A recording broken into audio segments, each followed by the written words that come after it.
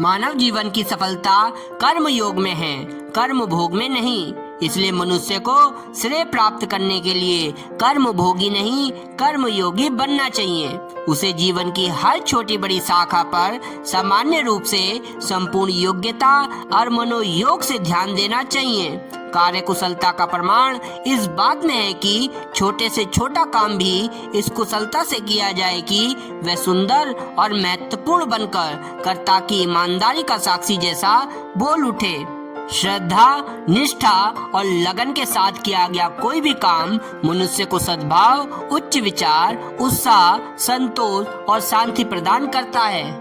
कुविचारों और दुष्प्रवृत्तियों से बचने के लिए अपनी समस्त शक्ति को रचनात्मक कार्यों में, क्रिएटिव वर्क्स में लगा देना श्रेयकर होता है।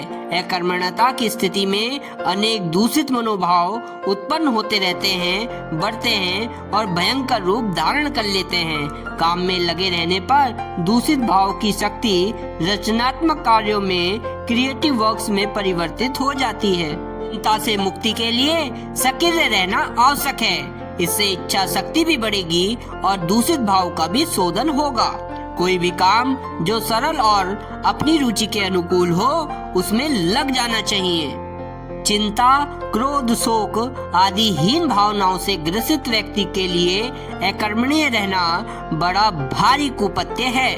इससे रोग दिन दुगना रात चौगुना बढ़ता जाता है।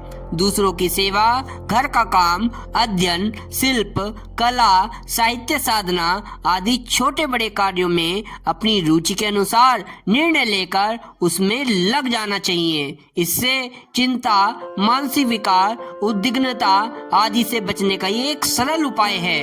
कर्मशील व्यक्ति भूत भविष्य की उधेड़ बुन में लगा नहीं रहता, बल्कि वर्तमान को महत्व देता है और अपने कार्यों में लगा रहता है। जो मनुष्य सतत अपने कर्तव्य कर्म में लगा रहता है, उसे किसी दूसरे की निंदा स्तुति करने का अवकाश ही नहीं रहता। प्रत्येक कार्य जीवन में महान संभावना लेकर आता है। छोटे से छोटा काम भी जीवन विकास के लिए उसी तरह महत्वपूर्ण है जिस प्रकार से एक छोटा सा बीज जो कालांतर में एक विशाल वृक्ष बन जाता है, एक विशाल पेड़ बन जाता है। किसी मनुष्य का मापदंड उसकी आयु नहीं, बल्कि उसका काम ही है जो उसने जीवन में किए हैं। इसलिए कर्मवीरों ने काम को ही जीवन का आधार बनाया है। कामनाओं और लालसाओं को छोड़कर खेल भावना और अभिनय की तरह उदात्त बुद्धि से जो कार्य करते हैं, उनके लिए यह जीवन ही नहीं, सारा संसार और उसका प्रत्येक कार्य भी आनंद में बन जाता है। इसमें कोई संदेह नहीं। तुच्छ से महान, सामान्य से समर्थ एवं शक्तिशाली, रंक से राजा, मूर्ख से विद्वान, सामान्य से असामान्य बनाने वाले वे छोटे से लेकर बड़े सभी कार्य हैं जो समय समय पर हमारे सामने आकर उपस्थित होते हैं। किंतु एक हम हैं जो अनेक शिकायतें कर कर अपने कर्म देव का अपमान करते हैं, और जब वह हमारे द्वार से लौट जाता है तब पश्चाताप करने और हाथ मलने के लिए हमें विवश होना पड़ता है। प्रत्येक महान बनने वाले व्यक्ति के जीवन का जो प्रारंभ है, जो स्टार्टिंग है, उन छोटे छोटे कार्यों से होता है, उन छोटे छोटे कामों से होता है जिन्हें हम छोटे, महत्वहीन और सामान्य समझकर टाल देते हैं। उन पर ही हमारे जीवन की भावनाओं का भवन खड़ा होता है। मनुष्य जब अपने को कर्तव्य कर्मों, परिश्रम और पुरुषार्थ की आग में तपाता है, मेहनत की आग में तपाता है, तो उसके भीतर का सोया पड़ा हुआ नेता, समाज सुधारक, लेखक, धर्म प्रचारक, वैज्ञानिक, उद्योगपति जागकर उभर आता है।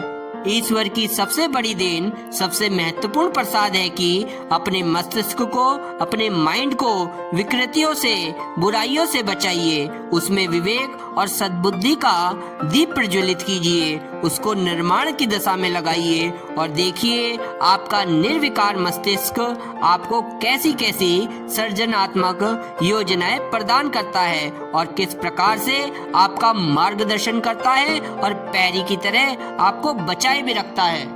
कार्य को आरंभ कर देने पर अनेक विघ्न बाधा दिखाई पड़ती है, लेकिन विघ्नों से डरकर कार्य को अधूरा ही छोड़ देना ये समझदारी नहीं है। इसलिए बाधाओं का स्वागत करिए, वे आपको सफलता का रहस्य समझाएंगी। संसार में सुखों का अधिकारी केवल कर्मवीर व्यक्ति ही हुआ करता है, कर्म से जी चुराने वाला कभी नहीं। कहावत है, चलने वाला कहीं पहुंच पाता है और राह के किनारे बैठे रहने वाला नहीं। उठो और कमर कसकर कर्म क्षेत्र में कूद पड़ो। अध्ययन, शिल्पकला, साहित्य साधना आदि जो भी काम हो उसमें दत्तचित्त होकर लग जाओ। सफलता स्वतः ही खींची चली आएगी। इस कर्म प्रधान विश्व में अपने कर्मठ कदम बढ़ाते हुए आगे बढ़ो।